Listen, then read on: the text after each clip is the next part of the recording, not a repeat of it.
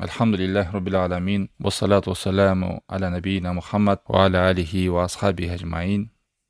23-cü hadis. Бұл хадисте коопчулук иштердин Алла Таалам өз ырайы менен, жакшылыгы менен, берешендиги менен момун адамга канчалык деңгээлде чоң жакшылыктардын эшигин ачып койгон. Кичине амал кылып, канча деген көптөгөн соопторду жыйнап кое турган мүмкүнчүлүктөрдү берген. Мусулман адам мына ошондой артыкчылык абалдарды билиш керек. Бул бапта 23-cü хадисте соопчулук иштердин көпчүлүгү боюнча пайгамбар алейхиссалату вассаламдан кабар. Абу Малик аль-Харис ибн Асим аль-Аш'ариден кабарланат. Аллахтын элчиси саллаллаху алейхи вассалам айтты: Ат-тухуру шатрул иман. Тазалык ыймандын жарымы деген. Вальхамдулиллахи тамлаул мизан. Ал эми альхамдулилла деген сөз зикир. Бул таразаны толтурат. Ва субханаллахи вальхамдулиллахи ау тамлау ма байнас самаи вал ард. Ал эми субханалла, альхамдулилла деген асман менен жердин ортосун толтурат деген. Сообу артыкчылыктар жөнүндө. Ва салату нурун. Намаз бул нур. Ва садакату бурханун. Садака далил. Ва сабру дияун. Сабырды улук жаркыраган жарык нерсе. Вал Курану худжатун лака ау алейк. Куран сен үчүн сенин пайдаңа же сага каршы далил болот. Сенин жакшылыгыңа же бактысыңа себеп болот. Куран сен үчүн же сага каршы турат. Ар ким ар күнү өз напсисин содага салат күндө. Анан аны бошотуп карап алат же аны курутуп жок кылып салат. Напсисин айтып атат. Ар күндө ушундай. Мына ушул хадис Муслимде келген. Шейх Солих Фаузан хафизахулло хадиске түшүндүрмө берип мындай дейт. Бул улуу хадис. Бул хадисте көп деген жакшылыктардын жолдору, канча деген жакшылыктардын сыпаттарын баяндалган. Жана жакшылык амалдардын да жолдору эскерилген. Хадистин башында карасак, ат-тухуру шатрул иман. Тазалык ыймандын жарымы деген. Иман дегенде барыңыздар билесиздер, ишенимден, анан сөздөн, амал денеден турат. Мына ушул үч нерсе биргиш керек. Ал эми ыймандын жарымы дегени ат-тухур деген бул тазалык. Тазалык эки түрлүү болот. Нажас нерселерден тазалануу, дарат алып, гусул алып, дениңизде нажасты болбогон тазалыкты айтат. Анан экинчи тазалык адамдын руханий тазалыгы. Ал тазалык жүрөктөгү жана кекти, көрө албастык, ич тарлык, ар кандай жүрөк оорулардан арылып, күнөөлөрдөн арылып, тоо кылып тазаланып жүрүү деген. Ушул эки нерсе адамда болсо, альхамдулилля, ыймандын жарымы бар деген сөз. Анан жарымын калганын жанагы амал менен толтурат. Намазы менен, зекети менен, канча жакшылык иштери менен толук, ыйманы толук болот ошо менен. Биринчи мында материалдык адам сезе ала турган, көрө ала турган нерсе менен тазаланат. Намаз окушунда таза болуш керек, даратыңыз болуш керек, гусул алыш керек дегендей. Ошондой эле жүрөк таза болуш керек. Жүрөк таза тообоңуз менен, күнөөлөрдөн арылуу менен, ар кандай жаман иштен арылып, адам тазарса, мына ушул ыймандын жарымы. Тазалык дегенде эстеп калыңыздар. Ушул эки нерсе камтылат тазалык. Анан алымдарда сөздөр бар. Кээ даратты айткан, кээ тазалыкты айткан, туурасы ушу экөө тең камтылат. Экөө тең ээриш аркак. Мисалы мен тобо кылдым, тазардым. Жүрөгүңүздү таза кылып койсоңуз эле, намаз окуй койсоңуз, дарат албай калсаңыз, тазара албайсыз да. Намазга киришинде, ибадат кылышында эки жактан тазаланыш керек. Ошондой эле дарат алып, гусул алып тазамын деп, бирок жүрөгү тазаланбаса, ал дагы кир. Жүрөгүн тазалап, денесин тазалабаса, нажас болсо, гусул албаса, дарат албаса, ал дагы кир. Ошон үчүн экөө тең камтылат дейт. Андан ары хадисте Аллахка мактоо айтуу бул таразаны толтурат. Альхамдулилля деп айтуу таразадагы соопторду толтурат. Аллахка мактоо айтуу дегенде бизге жакшылыкты жаадырып аткандын ээси Аллах Тааламга, неаматтардын, жакшылыктардын ээсине болгон Аллахка шүгүр келтирип, ыраазы болуп, ага анын ысым сыпаттарына Аллах Тааламга даңк, хамд, саналарды айтабыз. Мына ушул сөздү адам канчалык бул дүйнөдө көп айтса, ушунчолук кыямат кайымда таразасында эң оор сооптордон болот. Таразаны толтуруп кое турган, оор боло турган, күнөөлөрдү басып кете турган сооп соттор болот. Кандай тилибизге жеңил туугандар. Ушуну остановкада турганда, күтүп калганда, отурганда, турганда, басып баратканда ар кандай бас ойлорго түшпөй, тилди бошотпой субханалла, альхамдулилля, Аллаху акбар, ла иляха иллаллах, ла хавла ва ла куввата илля билля, астагфирулла деген зикирлерди айтып туруш керек ичибизден. Мына бизге көзгө көрүнбөйт, бирок канча соопту жыйнайбыз ушул нерсени. Мына ушул сөздү, жалгыз сөздү, альхамдулилля деген сөздү мусулман адам эгер чын жүрөгү менен айта турган болсо, чын жүрөгү менен Аллах Тааламды мактай турган болсо, айтып аткан кезинде Аллах Тааламдын неаматтарын, жакшылыктарына шүгүр кылууну байласа, жана ошондой эле Аллахка баш ийсе, Аллахка баш ийип моюн суна турган кадамдарды жасай турган болсо. Себеби дегенде альхамдулилля деп койгон адам Аллахка мактоо сана айтып бирок намазы жок болсо. Ушуну эске алыңыздар, туугандар, шайтан ушундай жол менен кирет. Альхамдулилля деп коюп адам чоң күнөөнү билет, ошодон арылбаса, Аллахка шүгүр деп коюп чоң күнөөнүн үстүндө уланып жүрө берген болсо, бул шүгүрчүлүк эмес. Шүгүрчүлүктүн эң чоң чокусу альхамдулилля деген адам Аллахтын буйругун аткарат. Аллах тыйган нерсени тыйылат. Ошонун башында буйруктун үстүндө ширктен оолак болуу, жалгыз Аллахтын өзүнө сыйынуу, намазга бекем болуу, буйруктарга бекем болуу, тыйгандардан тыйылуу, ушул Аллах болгон бул дагы шүгүрдүн чоң бөлүгү. Анан кээ бирлер тобо кылдым, альхамдулилля, Кудайга шүгүр деп коюп, бирок негизги Аллахтын буйругун аткарбаса, бул дененин шүгүрүн аткарбады. Тили бар, бирок денеси жок. Ошон үчүн юкайюду ни'ма бишшукур дегени Аллах берген жакшылыктарды мындай денең менен, тилиң менен эмес, чын жүрөк менен айт деген ушул чын жүрөк. Чын жүрөк менен айткан адам издейт. Мен сүйгөн Аллах. Ушул жакшылыктын ээсин баары Аллах экен. Аллах менден эмнени каалайт? Эмнени буйруду мага? Эмнени менден тыйды? Кайсы нерсеге каары келет, кайсы нерседен ыраазы болот деп адам изденет. Мына ушул чынныгы чынчыл адамдын Аллахка болгон шүгүрчүлүгү. Субханаллахи вальхамдулиллахи тамлау ау тамлау ма байнас самаи вал ард. Ал эми субханалла деп айтуу, альхамдулилля деп айтуу бул толтурат. Кыямат кайымда таразанда толтурат, жана бул дүйнөдө асман менен жердин ортосундагы толтурат. Ушу сообунун ушундай деңгээли чоң деген сөз. Ал эми субханалла деген мааниси Аллах Тааламды ар кемчиликтерден, ар Аллахка шерик кошуучу сөздөрдөн, кемчиликтерден, айыптардан арулап даңазалайсың. Аллахтын эч кандай шериги жок, эч кандай кемчилиги жок. Аллах Тааламдын эч кандай айыбы жок. Аллахым, сен жалгызсың, сен жакшылыктын ээсисиң деп, сага гана мактоо айтам, сага гана шүгүр айтам деп, субханалла, альхамдулилля адам тили менен жаңыртып айтып жүрөт. Альхамдулилля дегенде дайыма эки нерсени эстейсиз. Аллахтын ысымдарына, сыпаттарына, кудуретин эске аласыз. Жана ошондой эле ал чексиз сизге жакшылыктын берген ээси. Бүт жакшылык сизге кандай жол менен келбесин, бүт Аллахтыгы.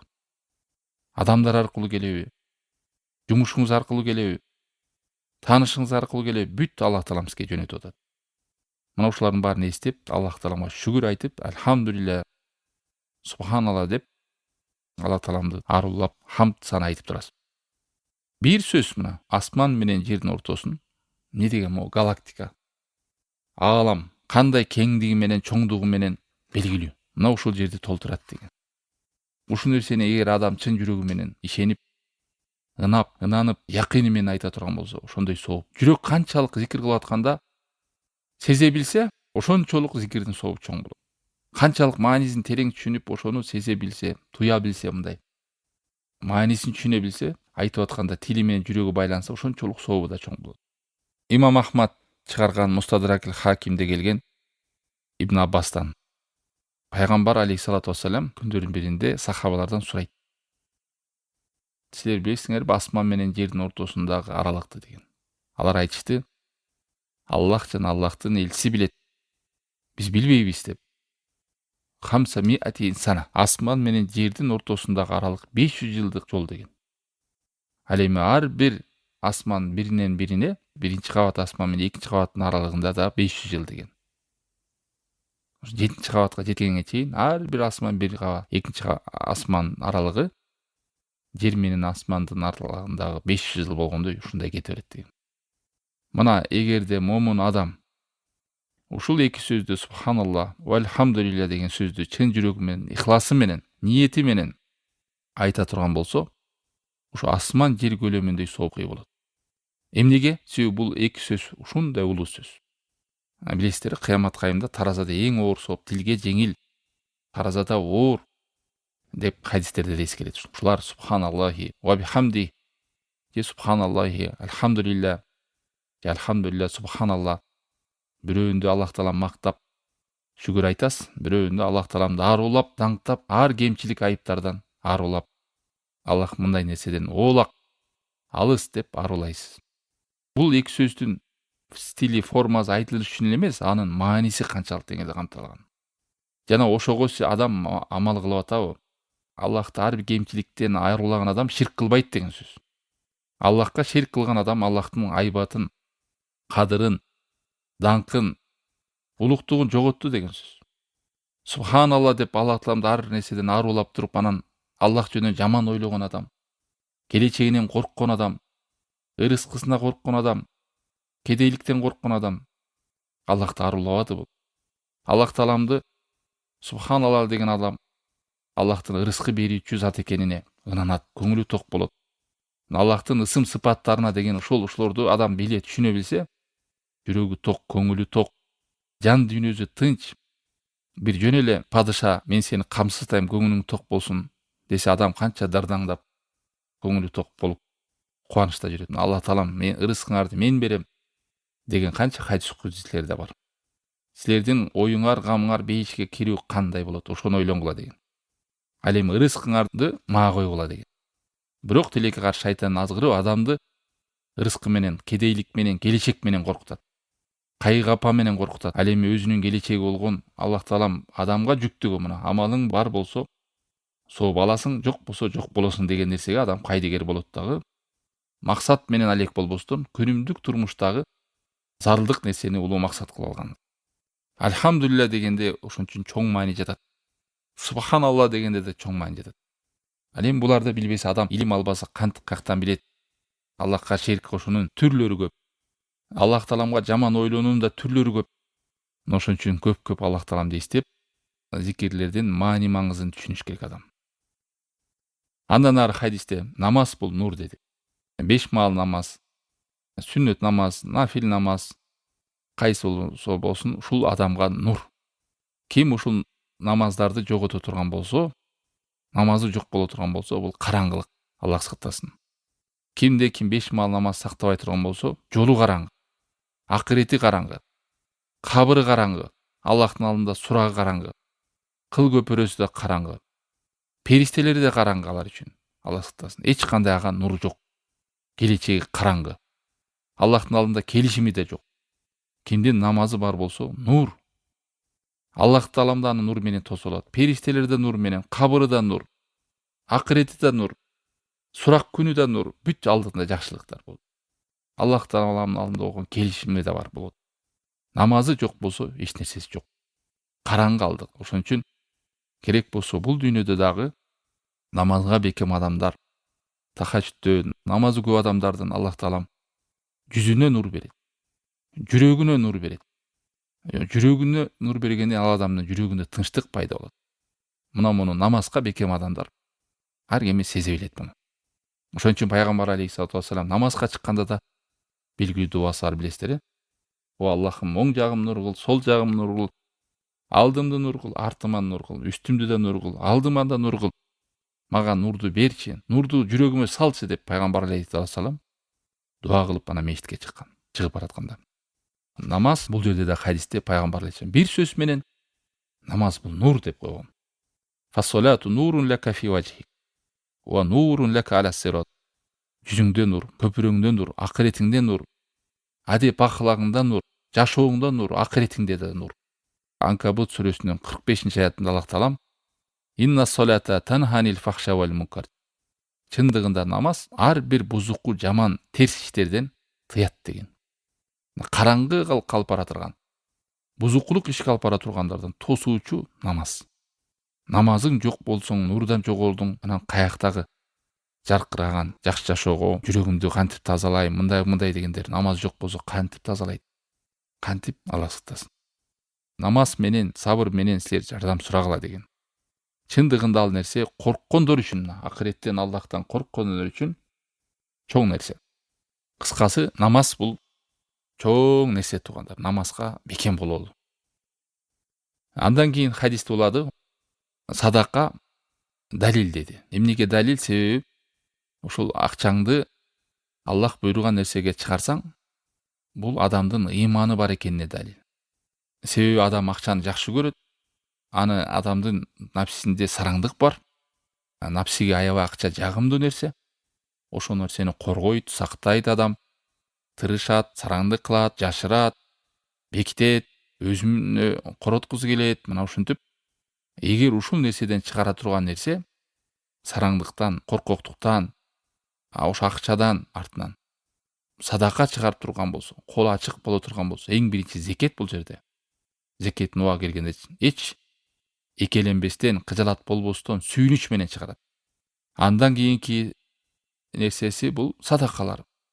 Кайсы нерсе жакшылык иш болсо, Аллахка моюн суна турган иштерде, ибадат нерсе, жакшы нерседе эч ойлонбостон, себеби билет садака ушул далил. Далилин кайсы дейбиз го биз. Сөз менен адам сүйлөп коет, бирок чөнтөгүнөн акча чыгарганда адамдын чынчыл экенинен кабар берет. Ал эми мунафык адамдар Куранда көп жерде эскерген, алар Аллах Тааламды аз эстейт, анан акча чыгарганда өлө тырышып, экеленип, кыжалат болуп, ар ойлонуп, бери ойлонуп, керек болсо мындай жактырбай чыгарышат. Алла сактасын. Алар акчаны чыгарбайт, чыгарса да тырышып, ошону жаман көрүп чыгарат да.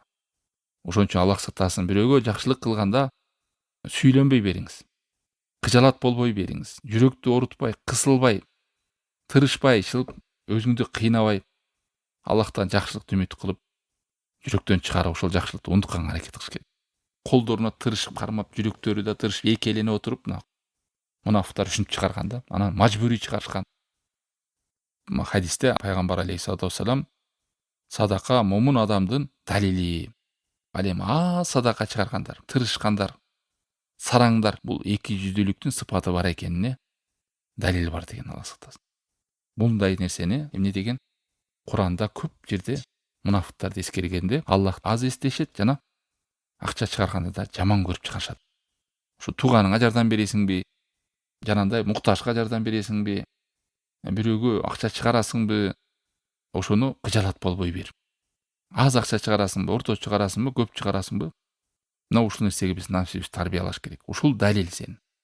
Андан ары хадисте сабыр бул жаркыраган жарык нерсе деди. Намазда нур деп келди. Собыр дыя дагы ушундай маанини болгону. Бул дагы жарыктык, нурдай эле бир нерсе. Сабыр деген эмне десе, бул өзүңүздүн напсиңизди Аллахтын буйругуна баш ийдирип, моюн сундурасыз. Себеби дегенде сабыр кылбасаңыз, кыла албайсыз. Жакшылык ишти аткарууга сабыр керек. Ошон үчүн сабырды алымдар 3кө бөлгөн. Аллах Тааланын буйругуна болгон сабыр, Аллах Тааламдын тыйган нерсесине болгон сабыр, анан жашооңуздагы тагдырыңызга сабыр. Биринчисине караңыз, Аллахтын буйругуна болгон сабырда бул да оңой нерсе эмес. Мына намазга туруп атасыздар, дарат аласыздар, күнгү 5 маал намазды убагында окуш, зекет бериш, садака чыгарыш, жакшылыкка буйруш, жамандыктан кайтарыш, бардыгына сабыр керек. Ошол нерсени улантып турушка ага да сабыр керек. Адам чарчайт. Ал эми сабыры жок адам болсо, бир аз баштап кийин таштап салат. Умра кылыш, ажылык кылыш, садака бериш, орозо тутуш, эртең менен кечки зикир, ошонун бардыгына сабыр керек. Арам нерселерге экинчи, ага да сабыр керек. Себеби адамдын напси дайыма эмнеге уйкуга, жалкоолукка, боштукка, жаман нерселерге тартат, шахаватка тартат, арам нерселерге тартат. Адамдар эмне кылып атат, мен деле кылып кетейинчи деп. Көп адамдардын жанагынтип азыркы күндө интернеттеги заман, кичинекей телефон менен ааламдап эмне болуп атканын баардыгы мактанган адамдардын баары интернетте. Анан аларда бар, менде жокпу деп адам ошолорго да ою бузулуп, көкүрөгү кысылып, көз канчалык кеңейген сайын жүрөгү ошончолук тарыйт дегенде болуп, анан денеси тарып, арамга түшүп кетет. Алла сактасын. Ага да сабыр керек, карабай койго да сабыр керек. Күнөө ишке дагы, значит, тыйылууга сабыр керек. Мына ушунун үстүндө адам жарыктыкта жүрө берет. Сабырдын үстүндө жүргөн сайын нурдун үстүндө жарыктыкта жүрө берет. Ошон үчүн пайгамбар алейхиссалату вассалам сабырды эмне деп атады? Дыя, жаркыраган жарык нерсе деди. Сабыр кылуу менен алдыдагы жарыктыкты көрө баштайсың. Акыретиңди сезе баштайсың сабырдын үстүндө. Ал эми тыйган нерсени тыйылбасаң, арамга түшсөң жүрөгүң караят. Жүрөгүң карайганда адам көзү эмнени көрөт? Эч нерсени көрбөйт болду. Мурдун алдын эле көрүп калат. Шахватын көрүп калат. Напсисин көрүп калат. Арам нерселерди көрүп калат. Шылып бул дүйнөдөгү адамдар эмнеден жыргап аткан болсо ошону мен да мурдум салып кылып көрөйүнчү деп ошол жака түшкүсү келип, арамга түшкүсү келип калат, Алла сактасын. Ал сабыр кылып койсо, арам иште жүрөгүнө токчулук келет. Бейпилдик келет, тынчтык келет, нур келет, жаркыраган жарык келет. Ошонун артынан ибадаттан рахат алат, Аллахтын буйругун аткарып. Тыйган нерселерден тыйылгандыгынан ага да рахат алат, Алла Таала жүрөгүнө дагы имандын ляззатын берет. Ыймандын рахатын берет ал адамга. Ошол ишти таштап салган үчүн. Жакшылык ишти уланткан үчүн. Тахажжуд намаз окуп жүргөндөр, эртең менен кечки зикир кылып жүргөндөр, Куран окуп жүргөндөр билет. Кандай ибадаттын рахаты, ляззаты бар экен улантып жүрүүдө. Анын акыркы сабыр үчүнсү жашоодогу тагдырга, өйдө ылдыйына, ууш кыйыш кыйынчылыктарына сабыр кылуу. Үй бүлөңө сабыр кыласың, балдарыңа сабыр кыласың, кыйынчылыктарга өйдө ылдый, жакындарың өтүп кетет, ага сабыр кыласың, өзүң ооруп каласың. Бүт нерсеге сабыр керек буга да. Үчүнчүсү. Сабыр дегенде кейип, кекшип, наалып, ар кимге жалап кылып, жашоомо тойдум, мындан ары өлүп калганым жакшы, мындай деген жанагындай сабырды буза турган канча деген кесир жаман сөздөр бар. Алла сактасын. Мына ушул адамдардын баары сабырдын сообунан кур калган адамдар. Субханалла, бир пайда тугандар. Кейсең да, сүйлөнсөң да, наалысаң да, ар кимге барып арыздансаң да, ошол күн өтөт. Бизде белгилүү сөз бар го, бул күндөрдө өтөт деп коет го кээ бирлер. Бул күндөрдө өтөт, бирок кээ бир адамдар ошол күндөрдү күнөө менен топтоп өтөт. Кээ бир адамдар эч кандай сооп албайт. Ушунча кыйналат, бирок эч кандай сооп. Ушул күндөр өткөндөн кийин так ансыз деле сүйлөнсөң деле өтөт экен. Сабыр кылсаң да өтөт, кылбасаң да өтөт экен. Андан көрүүчө сабыр кылып, сооп топтоп өтпөйсүңбү? Канча сооптордон кур калып өткөндөн сен ошончу ыйлап, жаман сөздөрдү айтып наалыганда кайра кайтып келеби? Өзгөрүп кетеби абал? Адам, значит, сабыр кылбаса өзүнө эле курутат экен. Кадимки жакшылыкка, башына жакшылык келгенде шүгүр кылып, ошол жакшылыкты кеңейтип, көбөйтүп сактап калгандай эле, башына кыйынчылык келгенде сабыр кылса, ошонун артынан да адам даражасы көтөрүлөт. Күнөөлөрү кечирилет. Андан да абалын кийинки абалына жакшыртууга Аллах Тааламга жакшылыкты сураган болот сабыр кылып. Ошон үчүн ушул 3 сабырдын түрүн ар бир мусулман жакшы билип, жашоодо билгенин практикада аткарыш керек. Ушунун үстүндө эсепсиз сооптордун келерин билиш керек. Ошон үчүн намазды нур деди, сабырды жаркыраган жарык нерсе деди. Экөө тең Куранда да эскерген. Жааля шамса дияан вал камара нуран деп, күндү жаркыраган жарык нерсе, ал эми айды нур деген. Сабырдын ушу эң негизги белгиси жакшылыкта улантып жүрүш. Ошо жакшылыгы токтоп калбайт. Башына кыйынчылык келеби? Кээ бир адамдарга башына байлык келсе дагы намаз иштап салат. Кээ бир адамдардын башына бир аз кыйынчылык келсе да намазын иштап салат. Бир аз акчасы көбөйүп кетсе, эртең менен кечки зикирлери, намаздары ташталып аргандай бир. Кээ бирөөнүн башына бир аз ооруп кыйынчылык болуп калса, ооруман айыгылайын, анан мен намаз окуйм деп айлап намаз иштап салат. Сабыры жок. Сабыры жок. Эч убакта намаз түшпөйт. Туруп окуп калбасаң отуруп оку, отуруп окуп калбасаң жатып оку. Жатып да окуп калбай атсаң көзүң менен оку. Денең баары иштебей калса. Таштап салуу эмес. Андан ары хадисте улап, Куран сенин жакшылыгың үчүн сага каршы күбөлүк болот деди. Сенин бактыңа күбөлүк болот же сенин жакшылыгыңа күбөлүк болот. Аны кантип билебиз? Кимде ким Аллахтын элчисине түшүргөн Куранга амал кылса, Курандагы акыйкаттарды билип, хидаятын билип, үйрөнсө, жакшылыгына амал кылып, жаман деп тыйган жерге тыйылса, сен үчүн жакшылыгыңа күбө болот. Курандагы аяттарды билип, түшүнүп, анан ага амал кылбасаң, анда сага каршы турат бул Куран. Мына бүгүнкү күндө Куран мечиттерде окулуп атат, ар бир мажлисте окулат, интернетте бар, китептериңиз бар. Ушу аяттарды адам окуп, үйрөнүш керек. Кайсы нерселер буйрук, кайсы нерселер тыюу, Алла Таалам эмне деген, Куранды бизди окуп, түшүнүп жашасын деп жүргөн. Ошон үчүн Куран сага жетти, эч кандай шылтооң жок, котормолор жок, анан мааниси жок эле билбедим деп Аллахтын алдына барган шылтоо айта албайсың. Бүт бар. түшүнбөгөн аяттарың сура. Негиз нерселер мына ушунун үстүндө иштесең, алхамдулилля, кыяматка айымда Куран сизге эмне болот? Жакшылыгыңызга күбө болот. Ал эми Куранды артка калтырып, тек гана жана табаррук үчүн, анан сообун эле топтоп, ар бир аятына сооп эле алам деп эч кандай маанисин унутулбасаңыз, Курандагы нерсеге амал кылбасаңыз, анда кыяматка айымда каршы күбөлүк болот. Ошон үчүн канча адамдардын кыяматка айымда өкүнүп калганы эмне болот? Аллах түшүргөн аятка акыл калчыбаппыз, ой жүгүртпөппүз деп, мээбиз иштетпеппиз деп айтышат. Аяттарым силерге окулуп турду эле го. Силер жерди карап, ары карап, текебеленип жүрдүңөр эле деген аяттар бар. Көңүл бурбай, акыл калчабай, ой жүгүртпөй деп ошентип Курандан Аллах жүз буруп кетти канча деген адамдар. Хадисте эмне деди? Куран сенин жакшылыгыңа күбө же сага каршы күбө деди. Куранда мага каршы күбө турабы деп адам дайым эстеш керек. Ооба, Куран сага каршы күбө турат. Окубачу эле, амал кылбачу эле, үйрөнбөчү эле, эч кандай мени таштап салчу эле, чаң басып жатчу эле, айда жылда бир немеде окуп койчу эле, арамын арам деп билбечү эле, адалын адал деп билбечү эле. Жашоосу бул Куран эмес эле дептир. Андан ары хадисти улап, күндө адамдар эртең менен турат. Тургандан баштап басып кетишет. Ошо адамдар бөлүнөт туугандар. Мына ушул адамдардын кайсысына киребиз биз деп ар кимибиз өзүбүздү ойлонуп көрөйлү. Ар кимибиз эртең менен тургандайын үйлөрүнөн чыгышат, туурабы? Эч ким калып калбайт, белгилүү. Бирөө амалдарына, ишине чыгат, бирөө соодасына чыгат, бирөө сатып алганы чыгат, бирөө магазинге чыгат, бирөө жумушуна чыгат, бирөө больницасына чыгат дегендей, ар кими өз кажети менен айтор көчөгө чыгат. Ооруп калган мейли үйдө калат, кемпир чал калат дегендей. Айтор эртең менен турганда ар ким өз тирлиги менен кылат. Мына ошол жерде адамдар бөлүнөт. Анан ошол адамдар кайтып келгенче ошол күнүндө бир адамдар күнөөлөргө түшөт. Бир адамдар жакшылыктын үстүндө билинет. Ар ким ар кандай максат менен барып, бирөөлөр бузуктуу ишти кылууга чыгат, бирөөлөр илим талап кылууга чыгат, бирөөлөр Аллах Тааланын буйругун аткарайын деп чыгат, бирөөлөр бир бузук ишти кылайын деп чыгат. Иши түрлүү түркүн. Ошонун арасынан кээ бирине Алла Таалам ийгилик берсе, нафсисин куткарат. Эмнеден куткарат? Тозоктон куткарат ошол күндө. Тобо менен, истигфар менен, өкүнүү менен, күнөөлөрдү таштоо менен, ар кандай бузук иштерден өзүн оолак кылып, тозоктон ошол күндө арылтат. Жакшылыкка бел байлайт. Ал эми ошондой эле дагы бир адамдар бар, алар чыккандан кийин эмне кылат? Ошол күнү өзүнүн нафсисин, жанын курутат деген сөз. Күнөөнүн үстүнө түшөт деген сөз. Бузуклуктун ичинде түшөт. Эч кандай Аллах Тааланы эстебестен, көзүн көчөдөн сактабастан, кулагын ушак-пушактан сактабастан, ошентип кечке чейин күнөөлөрдү жыйнап, Аллах сактасын, акыретке бара турган кадамында ошол күндө өзүн тозокко жакындаткан болот. Өзүн бейиштен алыстаткан болот.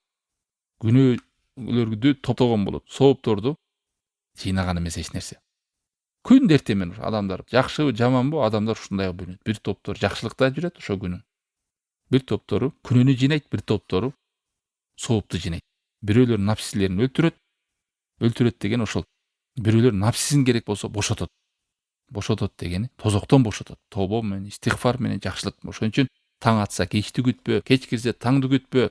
Ден соолугуң барда ооруп калганча колдон. Өмүрүңдү өлүп калганча колдон, жаштыгыңды улгайып калганча колдон деп, бош убактыңды бошобой калганча колдон. Күнүңдөн пайдалан деп асарлар, хадистер, канча деген осуяттар бар.